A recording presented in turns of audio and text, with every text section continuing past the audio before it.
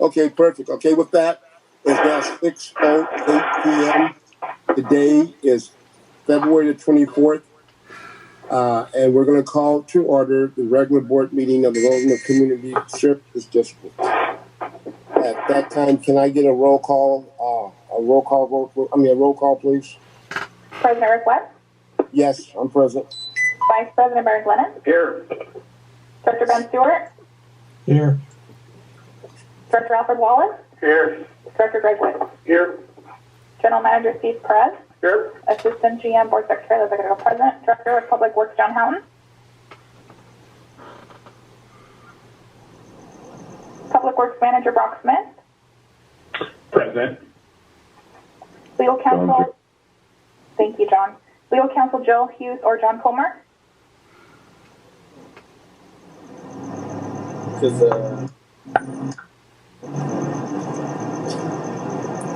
No legal counsel yet?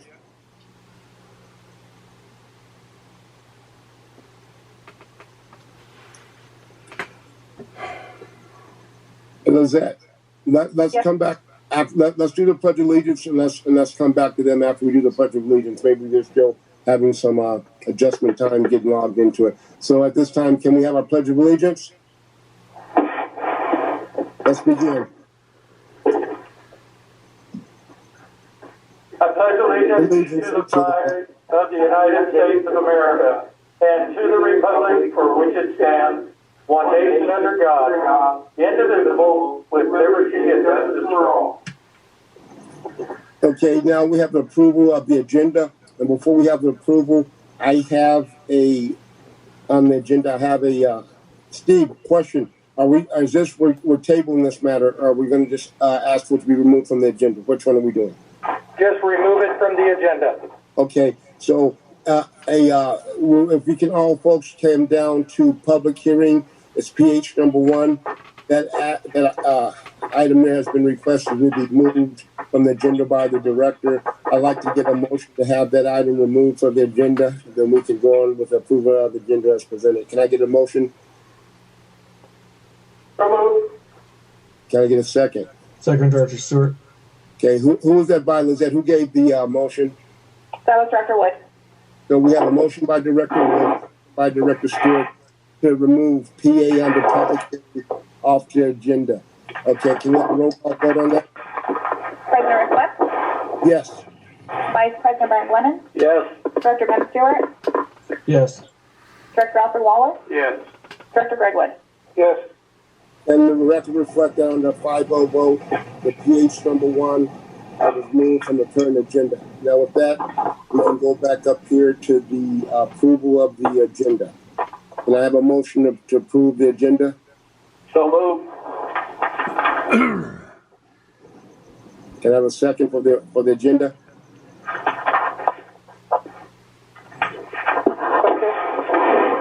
Okay, so we have motion by Director Glenn, a second by Director Wallace for the approval of the agenda. Can I have a roll call vote? It was seconded by Director Wood. Oh, I'm sorry. So let the record reflect it was second by Director Woods. Can I get a roll call vote, please? President Rick Webb? Yes. Vice President Barry Glennon? Yes. Director Ben Stewart? Yes. Director Alfred Wallace? Yes. Director Greg Wood? Yes.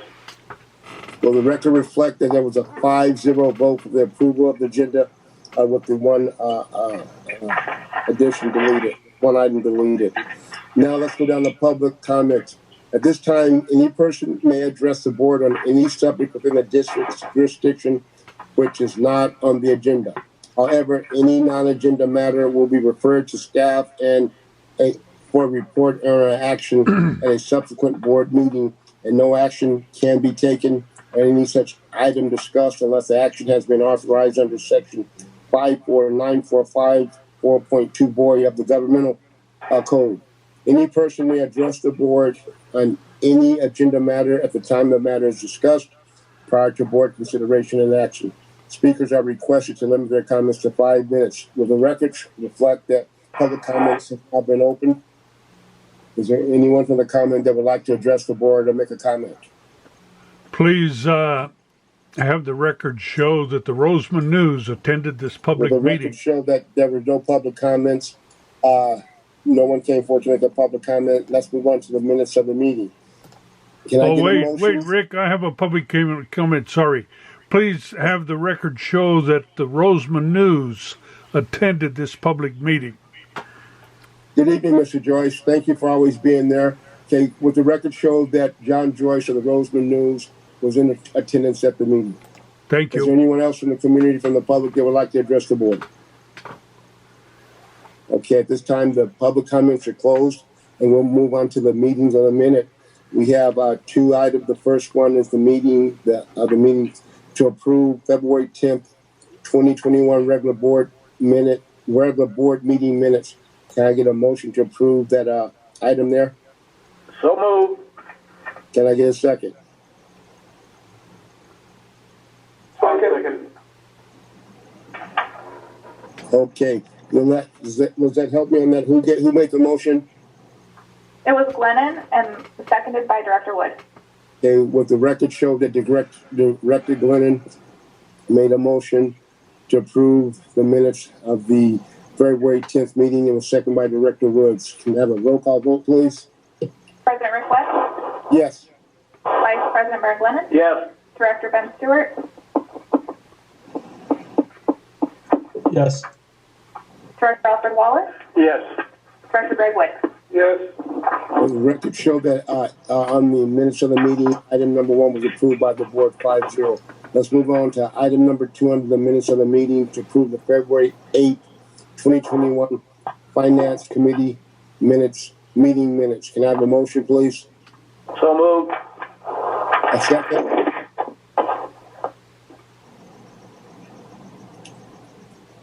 Can I have a second on item number 2 under the minutes of the meetings? I'll second it.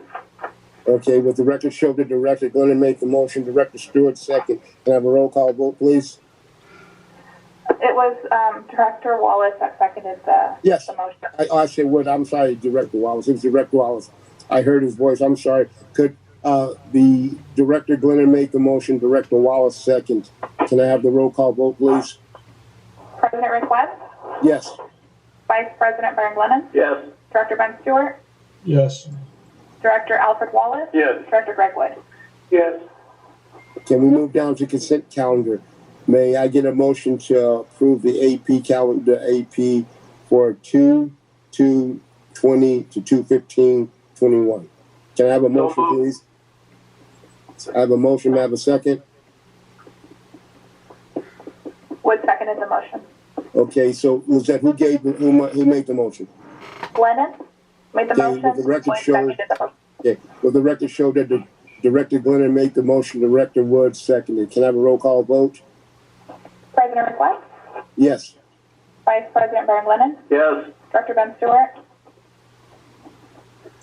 Yes. Director Alfred Wallace, Yes. Director Greg Wood. Yes. Will the record show that on consent calendar item CC1 5-0 vote of the board? Let's move down to presentations. We have 2 presentations, and we'll talk about the first one. It's the water and sewer rate study, and the presenter will be CDN Consultants. Steve, are they there online now, or are you going to do the presentation for them?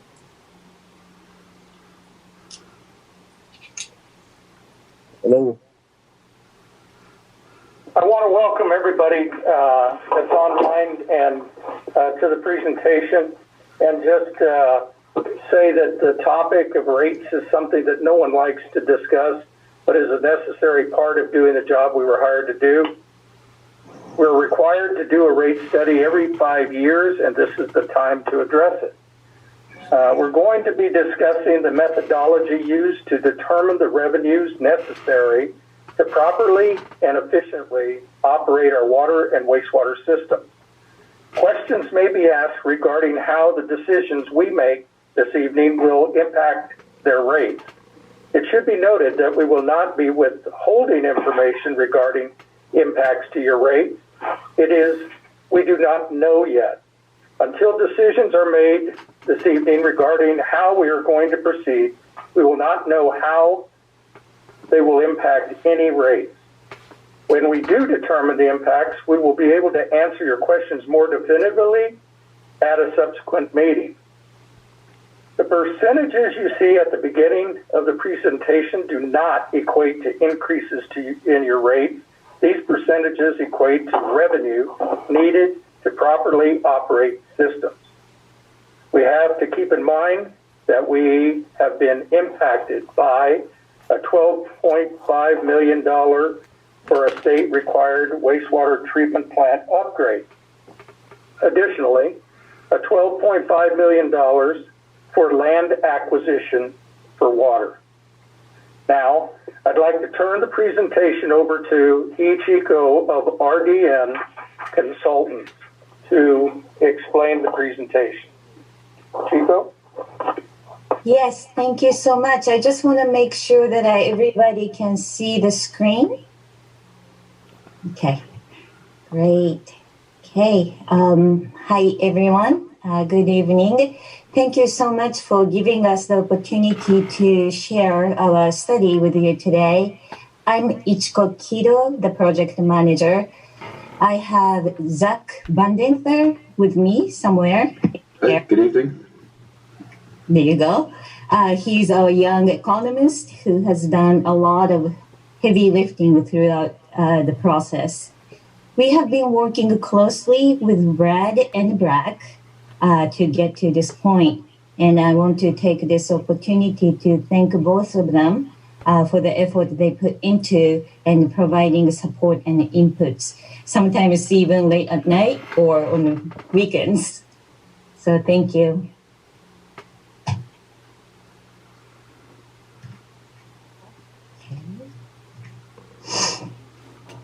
Now, here is today's agenda. Please note that today is all about sharing the methodologies and the process we used for the study. We are not quite ready to share the final rates because if you are not comfortable with some of our recommendations presented today, we needed to revisit our approach. So we will talk about some of the key findings from this study, and we have a preliminary financial plan and proposed revenue adjustments and revenue requirements. We will also present the results of the cost of service analysis and the changes and the modifications that we are proposing in the rates. Let us talk a little bit about ourselves. We are an economic consulting firm located in Santa Barbara. We have been around over 38 years now, and our focus has always been on quality over quantity. I would say that this is our boss, Robert D. Niehause's ultimate business motto. This is probably why we have never become a huge company, but we have been always supported by a good number of great clients who trust our work. Just in the last few years, we have completed about 30 rate and fee studies, of which 24 agencies are located in or around this region. Palmdale Water District and Quartz Hill Water District are among them. We conducted a rate study for them in 2019 and 2020, respectively. Now, we were truly honored that they chose us as their rate consultant, and now we were given the opportunity to help your district. We feel very fortunate to be trusted to do this important work for you. Now, here is a flow chart that shows you a process of a typical rate study, starting with a very detailed financial planning for 10 years, but the actual rate adjustments are proposed for 5 years. This is part of the regulatory requirements. We can't propose rates for any longer than a 5 year. Now, task 2 is cost of service analysis, and taking the results of the analysis, we design rates in task 3. And this is where we are right now. Under task 4, we will submit a rate study report and the rate models to your district and provide necessary support throughout the Proposition 218 process. Here is a quick illustration for you to show how we determine the revenue adjustments, the percentages that you will see soon. You see the components of the revenues and components of costs, right? O&M expenses, capital improvement project costs, debt service payments, and reserve contribution. The revenue side, of course, revenue generated from rates, non-operating revenues such as property tax, interest income, and other operating revenues like revenues generated from miscellaneous charges. Now, the figure obviously shows revenue deficit, right? The costs are weighing more. So you need to find how much more revenue you need to generate from the customer's rates to balance this scale. The figure on the right shows additional revenues added to balance the scale, and that is exactly what we try to find through a financial planning. A public water agency's financial goal is not to make profits. It sounds obvious, but sometimes people think otherwise, right? Revenues must equal to the costs in our financial model. Thus, this illustration is a good representation of what we need to include and not to include in the rate study. In this table, you can see all the components you previously saw on the scale, but these are the actual numbers we derived from the financial planning for your district. You can see some of these negative numbers, other operating and non-operating revenues, those are offsetting the expenses. This calculation tells us the true revenue requirements you need to collect from customers' rates. Now, for the water system, the test year revenue requirements is about $5.2 million. For the sewer system, the revenue requirements is estimated at about $3.7 million.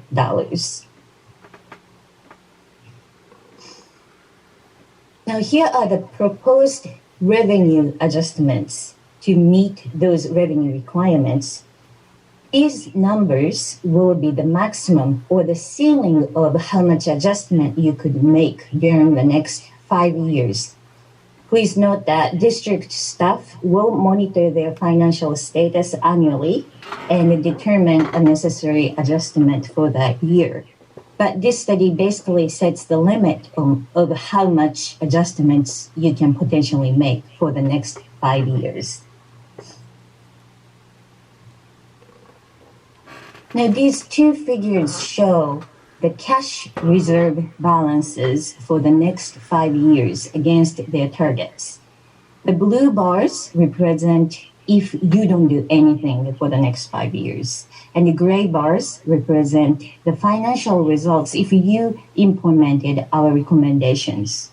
If you do not do anything and keep everything the same as is, your reserves for the water system will be at 50% of the target level. And for the sewer, you will have negative cash balance by the end of the fiscal year 2025, which is obviously not a feasible option for the district.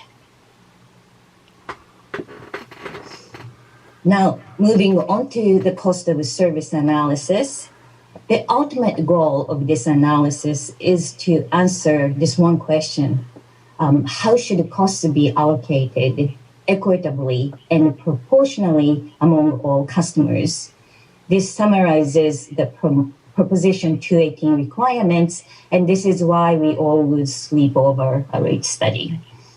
One of the important questions to ask here is, how do we put price on the different types of services that you provide and how you recover the corresponding costs? Water supply, easy, the volume of water customers use, right? Your district pumps most of the water, so chemicals and pumping costs belong to that supply costs. It is a very common practice to recover these costs from volumetric charges. Now, customer billing, customer service related costs, mailing bills and answering phone calls, it costs the same if you are dealing with a big user or a small user. So this type of cost should be divided simply by the number of accounts and recover through usually fixed monthly service charges. Conservation costs are usually recovered from the upper tiers of volumetric charges. Now, public fire hydrants cost, it is commonly distributed among all customers based on their meter size. The tricky one is the middle part of the costs, peaking related costs. Now, if everybody in the district conserves water and uses moderate amount of water all day and every day throughout the year, then you need a distribution pipe of this average day size, the smallest pipe size. That would be nice for everyone. The district does not need to spend as much money for the maintenance of the pipes. Thus, customers' rates can be kept lower, right? But the reality is there are some customers who go crazy watering their yard on a very hot summer day and you leave sprinkler system on for hours at maximum strength. For example, to accommodate such customers' needs, the district now needs to install a bigger pipe size, this max day size pipe. Then imagine everyone in the neighborhood starts watering their yard, washing cars, and shampooing their dogs at 9 o'clock in the morning, all at once, at the same time. Now we are now looking at the biggest size pipe needed to be installed to accommodate such extreme peaking demand. Now, how do we allocate these costs to customers? Should we include all in a fixed charge, or should some of it go into volumetric charge? These are the key questions we ask, and knowing how the system's costs incur is really the key to create defensible rates. The results of the cost of service analysis. These figures show the share of cost responsibility by customer class identified through the analysis. For the water system, there won't be much shift between customers, but you can see that the sewer system, there are quite a bit of cost shifting, especially between the residential customers and the commercial two customers. Now we are getting into the actual recommendations we like to make. The current rates for the water system, they paid the same rates, the same volumetric rates, and the same fixed charge if you are on the same meter size system.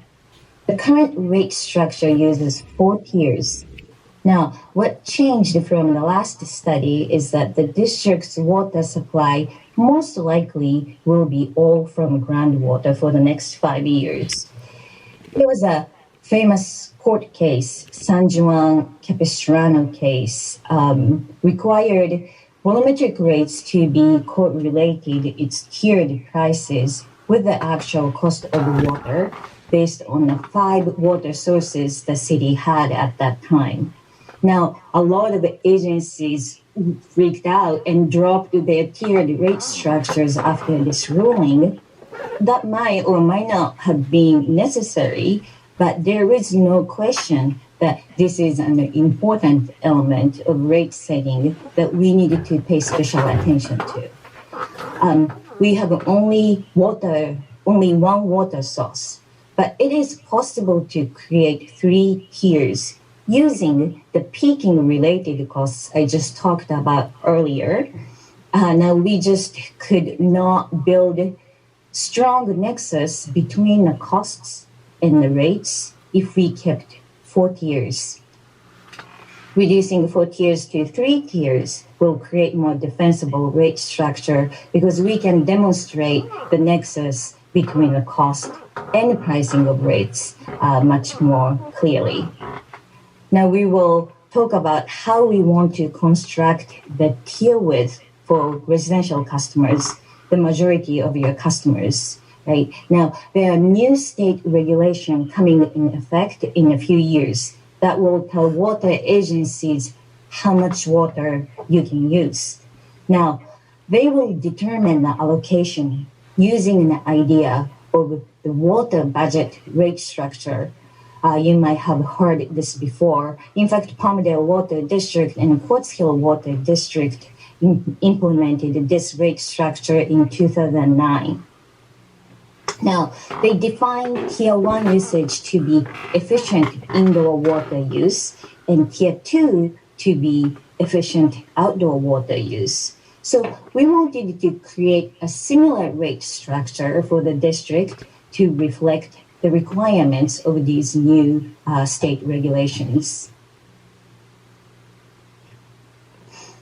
This is a formula the state will use to determine the indoor water budget for each household. The household size, for your district, we computed 3.02 per household using 2019 American Community Survey data.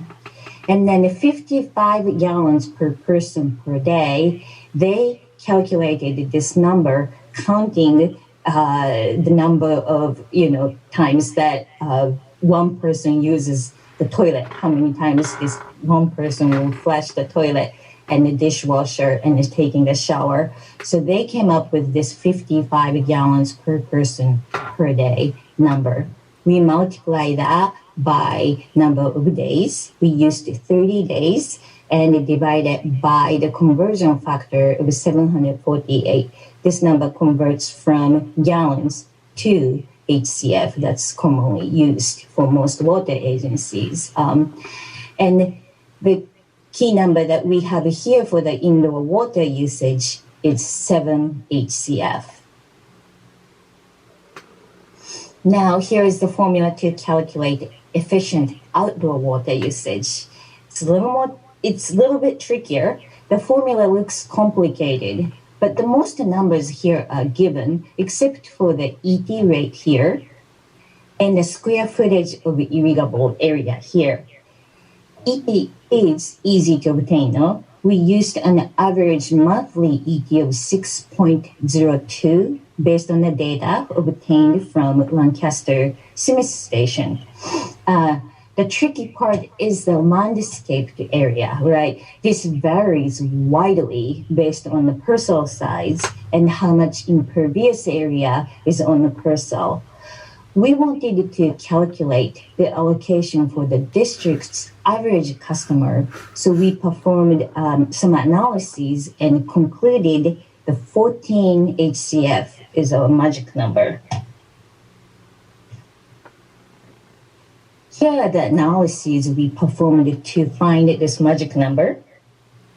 First, we obtained parcel sizes for 3,887 accounts in the district's service area from county assessor's data, and we randomly selected statistically significant sample size, which was 80, and measured irrigable area by hand drawing the borders of that landscaped area using the Google Earth. Now, then we applied irrigable area percentage. We calculated the average that was 43.07% to all parcels obtained in step 1. And we calculated water allocation by parcel for all accounts using the outdoor water budget formula that you saw in the previous slide. This is a sample image so that you can get the idea of what we did. We basically drew the outlines, as I said, the landscaped area and the calculated percentage of the total parcel size. We did this again to 80 properties in the district and computed, the average number was 43.07%. So Palmdale Water District, their average number was about 39%, and Quartz Hill was about the same, 43%. So we felt pretty good about using this number. Now, the biggest change for the sewer will be the development of fixed and volumetric charges for each individual customer class. Relative strength calculated using the State Water Resources Control Board averages. We used 250 milligram per liter for residential and commercial 1 customers and 480 milligram per liter for commercial 2 customers. We just wanted to include these per count usage. These are the average usage by customer class. You can see how much water the commercial 2 customers uses on average. So that was pretty much it. We are still working on finalizing the proposed rates, and we will conduct extensive bill impact analysis, and we will do a rate comparison survey so that you can, find out what the neighboring agencies are charging.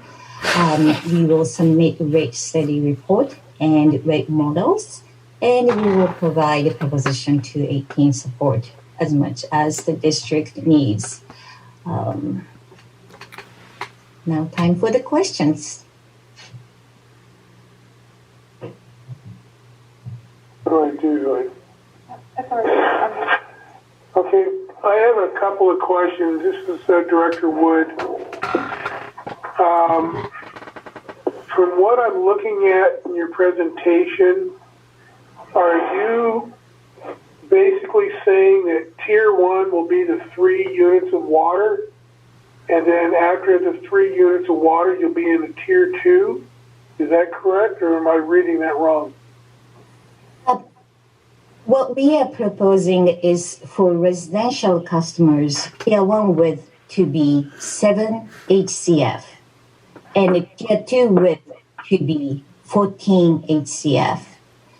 And it's kind of interesting when we looked at customers' usage in the histogram, about 50% of the customers use 7 HCF on average, and about 80% of the customers use about 14 HCF, 20 HCF on average. So the tier width is 7 for Tier 1 and 14 for the Tier 2. So going into Tier 3, you have to use over 21 HCF of water. But my concern here is that, we have some customers that use 3 units of water a month. There are minimal users, and they don't use very much water, but to basically say that everybody is going to go from Tier 1 to being charged in the Tier 2 rate, that's something that does concern me. And then another thing that concerns me is that you have people that as soon as they hit 8 HCF, that they're going to be in the commercial rate for sewer. And that's problematic for me as well. To clarify, sewer customers will not have a tiered rate structure. They have just one volumetric charge. The tier width explanation I made only applies for the residential customers in the water system. But your chart, clearly states for sewer rates that 7 HCF is your residential. As soon as you hit 8, you are commercial 1. And so there, if you got a residential customer that sits there and you put in your chart, 7, and then you got 14 in Tier 2. So somebody sitting here asking around 9 or 10 HCF, they're going to be in a commercial rate for their residential sewer, the way I'm reading your proposal here. Oh, no, let me clarify. I just showed the average usage of, customers by customer class. These are not tiers. Sewer customers do not have tiers. They only have one perimeter rate for each customer class. Does that clarify your question? This does not mean that, residential customers gets only 7 HCF. This is just showing the average usage so that we wanted you to see how different commercial 2 customers are compared to residential customers and commercial 1 customers as far as the usage level goes. These are not, indicating any tiered rate structure. We do not use tiers for sewer rates commonly. Okay, all I'm saying is I understand what you're saying, and I'll wait to see how you break down the proposed rates and everything later on when you put those numbers together. But I do have a concern. I don't want to see people, as soon as they use their 3 units of water, that they are automatically bumped into the next tier, and it's basically going to put every customer we have right into Tier 2, because you're dropping it from 4 tiers down to 3. So I don't want to. I want to see some kind of a buffer there, to where customers, if they're conserve their water and stuff like this, and are trying really hard to be conservative, that they don't all of a sudden get bumped into, into the next tier just by, even though no matter how hard they conserve, they're going to go into the next tier. I would like to see something in there when you put these rates together, that we're somewhere in a deal where Tier 1, and before, you're going to have some kind of a cushion there before customers go into Tier 2. And then, Yes. of course, from Tier 2... And excuse me, this is Director Webb. Can I ask you a question? Sure. Well, Greg, I hear what you're saying, but I think that they're just trying to show us a model, and I think you're trying to lock them into specifics. But the other part about this, too, one of the problems we keep running into, when you're talking about what someone's not going to pay, I think they're trying to work so that the pay is equitable across the board, because you're right, some use less, some use more. But I think she also made reference that this is kind of the state modeling that they're using for it. So I think that they're going to have a little bit more time, but I think that we also have to be mindful of that one of the problems we keep running into, look at the number of projections. If we don't do something, we're going to be standing out on an island by ourselves when it comes to a number standpoint. So I think we should give them a little bit more time to finish working it out as how it could look. But I'm also thinking, too, as we move forward, I don't know what a good number may or may not be, but it should be equitable across the board. But I think we're starting to say now what we're asking for now, and maybe this is a little premature to ask for that particular number. Maybe we should let them keep working with the numbers as they move forward. Yes, and then just to clarify, Tier 1 is not 3 HCF. We are proposing 7 HCF. So all the customers, any customers who use only 3 HCF of water, they will be paying the Tier 1 rate, not the Tier 2 rate. Any other directors have questions for the presenter? I don't have a question. I just have a couple comments. The first, I'll be looking forward to seeing the proposed rates when we get those, just like Craig said. On slide 12, the roadmap for state water budget mandates begins in 2016 with an executive order and then proceeds through to 2030, and that's the problem. those mandates. I think what we need is a roadmap for taxpayers of the state of California to mandate budget cuts at the state level. That's it. Director Stewart, any input, sir? Nope. I was asking, can we get a copy of this for review later? I mean, it's a lot for me to digest all at once. I'd like to be able to read it, put it down, come back to it a little bit later. Yes, of course. And we are working on the report as well, where you can find more detailed information. Well, Director Wallace, you have anything, sir? Director Wallace? Well, I'd like to tell you thank you very much. It's one of the few presentations we've had recently that at least had information that we could kind of see a possible roadmap. I appreciate that there. And like Director Stewart asked, if we could get a hard copy of this, because this is a lot coming at us initially. But like I said, it's a good start for us to move forward. And I do appreciate the effort that you and your staff have put into this.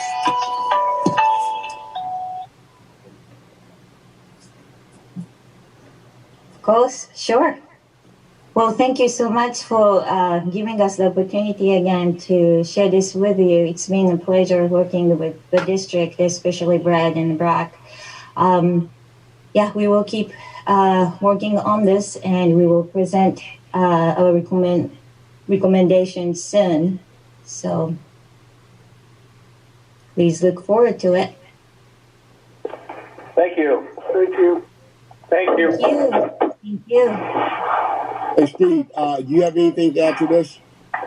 No, I think, and Greg asked a question that kind of was anticipated as far as the numbers. When this is the explanation about the tiers applied to the numbers, I think the clarity will start showing itself. I don't think anybody can really anticipate what it's going to do, but I think we'll see it a little bit better with numbers attached to it. Steve, and the one thing I like about this, and thank you guys for getting it, at least when we show things to the community, they see where it's coming from. Historically, we said, well, it's going to be this and it's going to be this, and we had really no given reference point. I think the presentation she gave us, if nothing else, it gave us a reference point, and we can show folks, because two things we know, that the water is going to go up, regardless whether we do or we don't do. And I like that one graph that they showed to us about the sewer side. If we do nothing, where it's going to wind up at. So if at minimums, that's giving us a good visual of why we have to try to do something. So I thank you guys very much for that one there.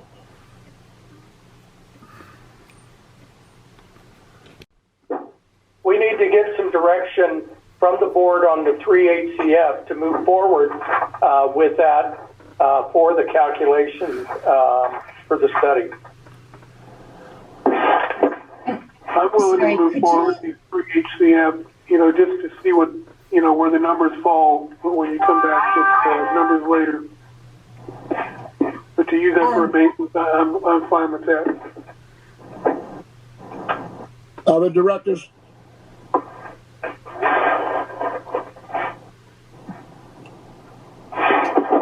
Hey, Glennon, Stewart, Wallace, what you guys' position on this? No. Please let me clarify your question there. You guys are talking about removal of the 3 HCF currently included in the fixed charge?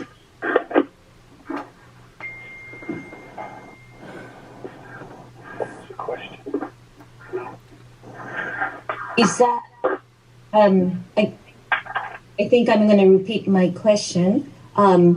So we are proposing to remove the 3 HCF of water currently included in the fixed charge. What that means is you pay the fixed charge, monthly service charge, that comes with free water.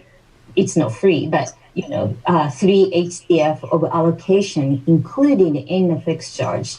And we are proposing to remove that 3 HCF because what this means is that, a customer who uses 1 HCF will be paying the same bill for the customer who is using 3 HCF.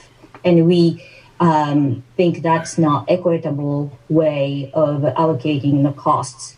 So that's where our recommendation comes from. I just want to make sure when you guys are saying 3 HCF, that's what you are indicating or implying.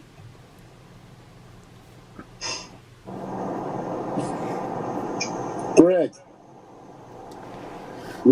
Director Woods. Yes. So is she addressing the question for you? Is that what you're concerned about? The tier being moved? Yes. Is that? Well, yes, and I'm fine with that, but Let me clarify that. Right? yes, go ahead, Steve. The direction that we need actually is not the 3 HCF. Basically, it's to set the 3 tiers. Oh, 3 tiers. Okay, got it. Yes. Right. Right. So is it the agreement of the board to give the general manager direction to continue to work with the company to work up with the tiers so they can bring a presentation back to us at a later date? Yes, and I would like to just add one more thing that I would like to ask staff to do to bring back to the board is to help us when these numbers come in. I would like to see an average HCF usage district-wide for the average home, just to kind of see where everybody falls, as far as on a monthly basis, what they use. You can break it down into just an average number, or if you want to go into a little more detail, I would prefer a little more detail and kind of show what they do by month. So what they're using in the summer versus what they're using in the winter and fall and stuff like that. And I kind of like to see where that number is. Because like I said, I want to make sure that we're capturing, fair and equitable and as much as we can, and keep as many people in that tier 1 as we can for as long as we can before they jump into the next tier. That's what I would like to see how to do it. Because one thing about our community is that they have gone above and beyond what's been asked for conservation, and they've done a fantastic job. And I want to make sure that they're rewarded for that and not penalized with the new rate system. And that's my concern.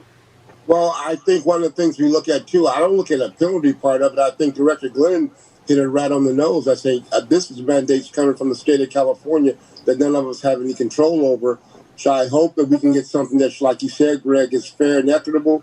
But I think the state of California is becoming the biggest problem here because at some point, some of these numbers aren't going to be workable because you're going to start forcing people to pay ridiculous numbers to get a little bit, but they're going to have to just pay it just based on the dynamics. So, Steve, you got your direction on it to share with the consultants and discuss that with them. And we don't need a vote or anything on this. This is just a presentation only, correct? Just the direction. I got the direction to move forward with the 3 tiers. That's what we needed. Perfect. And again, thank you very much. That was a good presentation for a start there. Like I said, I like some of the visual part, even though I don't like some of the number, but it's the reality. So thank you very much. Thank you.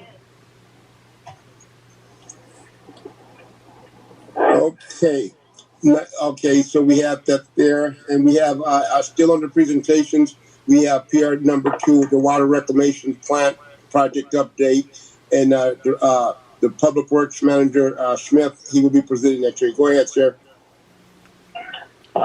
Thank you, sir. At the wastewater treatment plant, the contractor has shifted focus away from the biolac basin and onto pumps and piping. The new sludge pumps are set, and the contractor is installing the additional recirculation line that feeds between the clarifiers and the emergency overflow pond. This line will allow our plant operators to continue to feed the plant during a potential upset and operate within the limits of our permit while the plant recovers. The pipeline subcontractor is also on site finishing the RAS lines, the WAS lines, and installing various vaults and meters throughout the plant.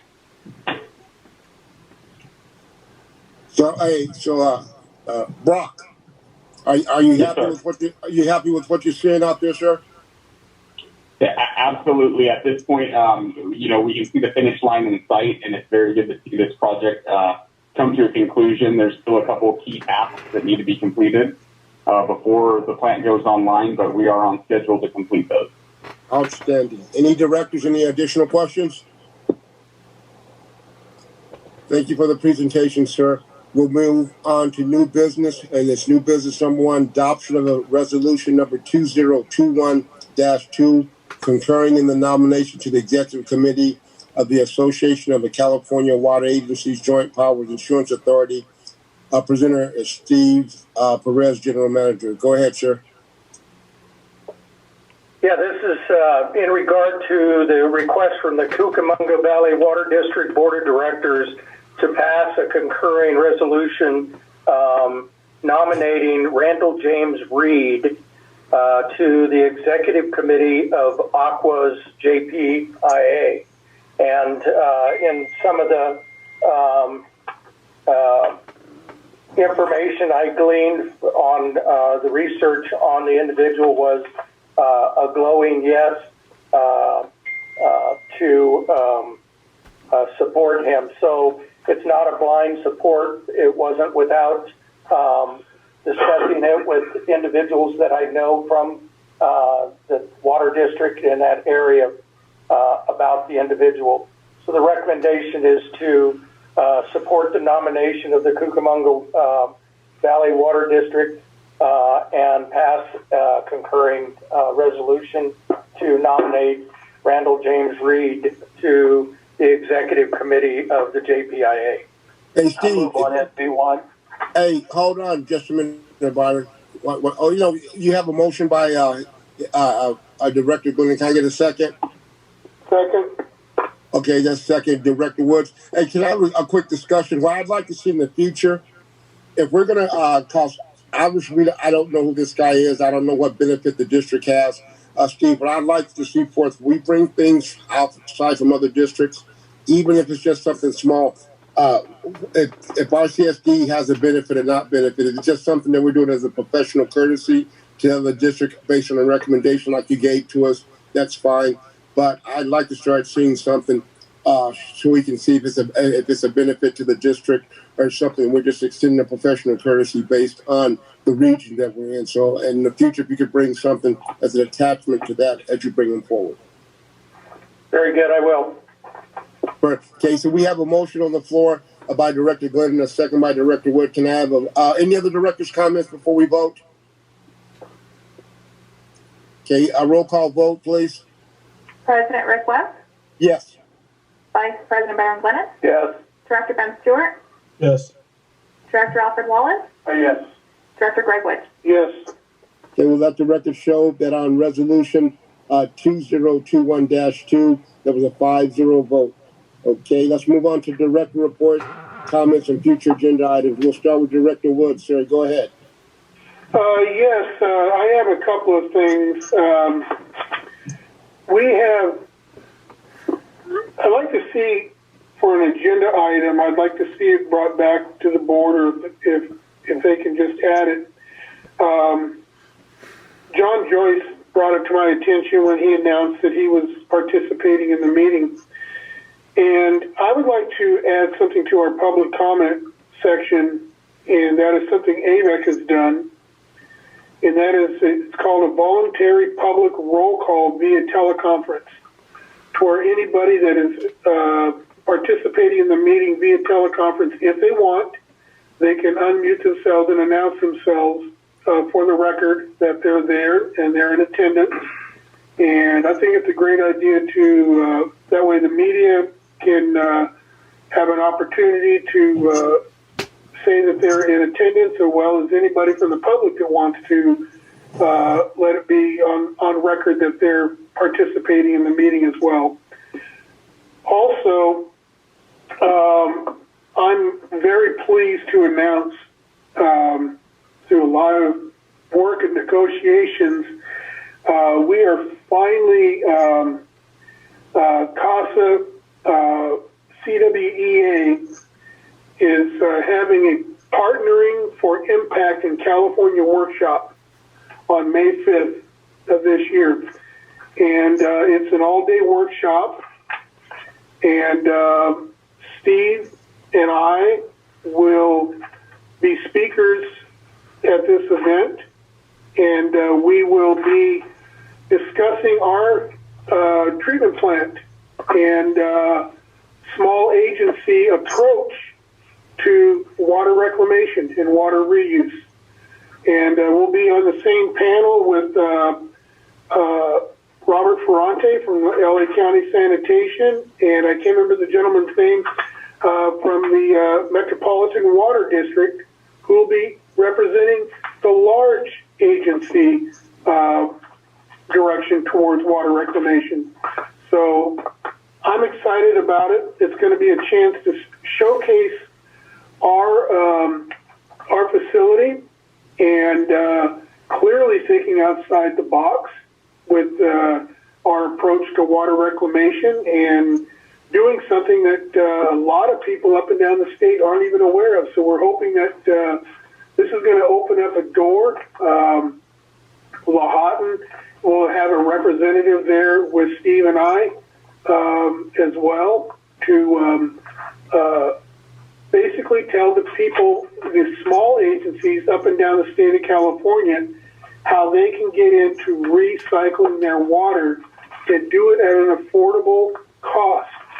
And so looking forward to that. So please mark your calendars, May 5th, and hope to have a lot of people participate in this and learn something about Roseman is now on the cutting edge of this new water reclamation project.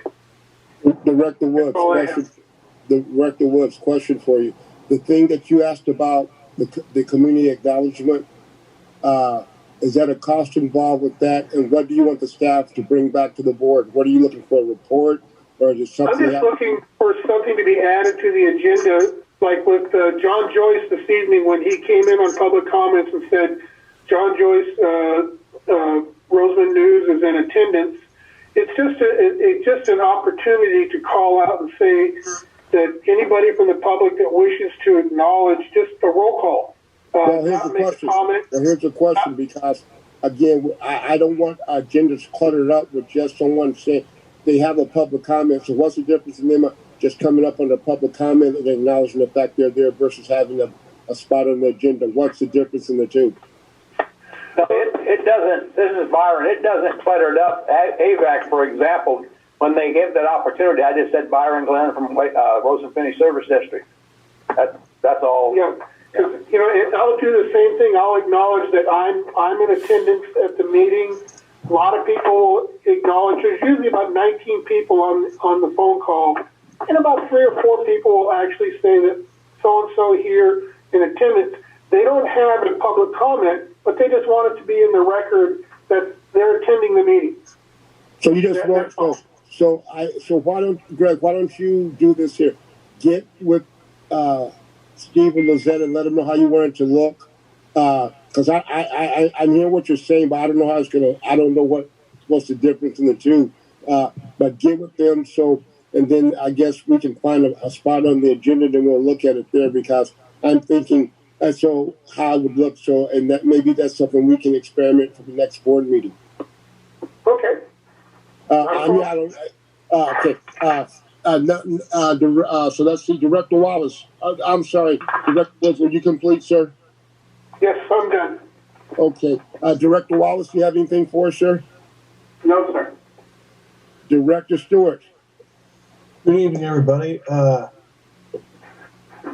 Director Wood didn't steal my thunder, but it's kind of along those same lines. CWA, California Water Environmental Association, is holding a fog workshop on March 11th from 12:30 to 4. Some of the topics are grease interceptor plan check and sizing, food service establishment permitting process, GIS app, fog inspections, and some other items. I think it'd be beneficial for some of the staff members that are dealing with the sewer side, attend Brock. I think it's like $80, maybe $100, and I think it would at least give us a good insight into some of the upcoming stuff we're doing with the treatment plant, the water reclamation plant coming online, and some of the SSMP stuff we're looking at. So that's all I got, though. Thank you, sir. Director Glennon. Yes, last night at the ABAC meeting, they read a President's Special Recognition Award from the JPIA Aqua, and we're a member of that also. And our water bank, the Willow Springs Water Bank of the Southern California Water Bank Authority, also received that same recognition in relationship to paid claims and the cash reserves. So the same award that AVAC got, Willow Springs Water Bank got. Outstanding.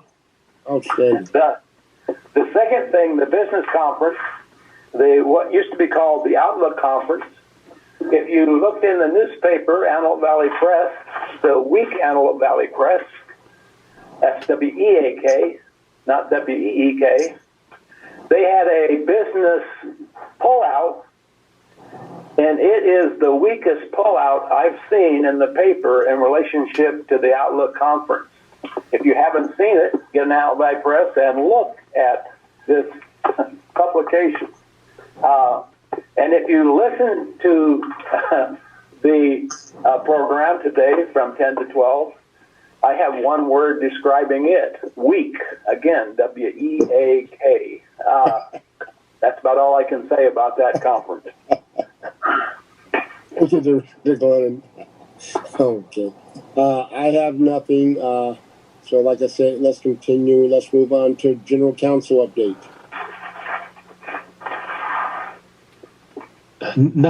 Nothing to report. Thank you. Let's go on to the General Manager's update. General Manager Perez. No update today. Okay. Let's go down to the System Manager update. Herrero, is that? No update. Okay. Let's go down to Public Works update. Yeah, just as we reported a couple of meetings ago that the Public Works was having some problems with our master meter system in the electronic reads. We had over 1,100 meters that we were having to flip the lids and read by hand. I'm proud to say that we received those registers today and started installing them, and we anticipate them having the read system back up and running before the next billing cycle. And businesses. Yeah. Hey, folks, I want to tell Steve, you, Lizette, John, Brock, and all you folks here. I know this has been some trying times with the way that we all have going on. And I want to acknowledge you folks. I sincerely appreciate the effort, not only as a director there, but also as a resident, because you folks have been doing a real good job. And through all these dynamics, and I know you guys have worked through some dynamics. And I'm proud to say that you guys are doing it for us, and you guys are part of our staff, and you guys aren't taking a second place to no one in this industry, because you guys are small in numbers, but you're doing a hell of a job, and I sincerely appreciate the effort. So you guys, you can't take a stand or a bow now, but at some point you will get your due recognition. But I sincerely, as a resident, as a director, appreciate you guys' efforts from top to bottom. Thank you very much. Hey, John, this is Director Stewart. So isn't that how you guys used to do it back in the day when you started there? Yes, it is. These guys are spoiled nowadays. Yeah, I know, man. You teach them some respect. They can't complain. Like, man, that was job number one back in the day. Hey, well, you know what, guys? Like I said, you're doing a hell of a job, and we all appreciate you very much. With that, is there a motion from adjournment? Second. So moved. Okay. So we have a motion by Director Wallace, a second by Director Glennon. Can I have a roll call vote? It was Director Wood. It's made the motion, and Director Glenn second. Okay, I'm sorry. So let the record reflect Director Wood make the motion for the adjournment, second by Director Glennon. Can I have a roll call vote? President Rick West? Yes. Vice President Bryce Lennon? Yes. Director Ben Stewart? Yes.